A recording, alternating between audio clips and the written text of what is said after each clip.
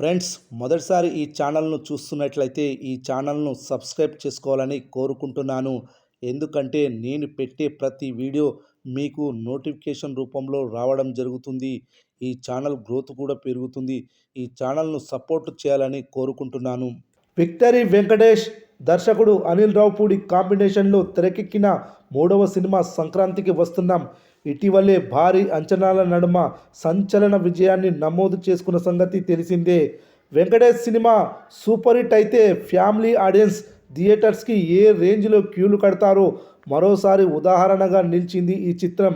గత 2 రోజుల నుండి ఈ సినిమాకి థియేటర్స్లో టికెట్లు దొరకడం చాలా కష్టంగా మారింది. ఈ రోజు టికెట్స్ దొరకపోతే రేపటి కోసం అడ్వాన్స్ బుకింగ్స్ చేసుకొని వెళ్తున్నారు. బుక్ మై షోలో గంటకి 20,000కు పైగా టికెట్స్ అమ్ముడుపోవడం వంటివి ఈ రోజుటికి అనుకుంటే పెద్ద పొరపాటే. రేపటికి సంబంధించిన అడ్వాన్స్ బుకింగ్స్ అవి. ఇక ఈ సినిమా కలెక్షన్ల విషయానికి వస్తే మొదటి రోజుతో సమానంగా రెండవ రోజు కలెక్షన్లు వసూలు చేసింది. కృష్ణా జిల్లాలో ఈ చిత్రానికి మొదటి రోజు ₹1,00,00,000కు పైగా షేర్ వసూళ్లు వచ్చాయి. రెండవ రోజు కూడా అదే రేంజ్ షేర్ వసూళ్లు వచ్చాయి.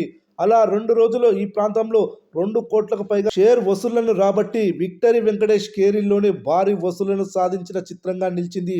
అదేవిధంగా నైజాం ప్రాంతంలో మొదటి రోజు 5.5 కోట్ల షేర్ వసూలు చేస్తే రెండవ రోజు కూడా 5.5 కోట్ల షేర్ వసూలు చేసింది. సీడెడ్లో కూడా రెండవ రోజు 3 కోట్ల రూపాయల షేర్ వసూళ్లను రాబట్టింది. ఉత్తరాంధ్ర ప్రాంతంలో 2,60,00,000 షేర్ వసూళ్లను రాబట్టింది. కేవలం ఈ 4 ప్రాంతాల నుండే ఈ చిత్రానికి 10 కోట్ల రూపాయల వరకు షేర్ వసూళ్లు వచ్చాయి. ఓవరాల్గా ఈ సినిమా రెండవ రోజున 15 కోట్లకు పైగా షేర్ వసూళ్లు వచ్చాయి. 2 రోజులను కలిపి ప్రపంచవ్యాప్తంగా 43 కోట్ల షేర్ వసూళ్లు వచ్చాయి. ఈ చిత్రానికి ప్రీ రిలీజ్ బిజినెస్ దాదాపుగా 33 కోట్ల రూపాయలకు జరిగింది. 2 రోజుల్లోనే బ్రేక్ ఈవెన్ మార్కును అందుకొని 10 కోట్ల లాభాలను తెచ్చిపెట్టింది. ఆల్ టైమ్ సెన్సేషనల్ రికార్డుగా నెలకొల్పాడు విక్టరీ వెంకటేష్. ఇలా 2 రోజుల్లో బ్రేక్ ఈవెన్ మార్కుని అందుకొని ఏకైక హీరో ఆయన మాత్రమే.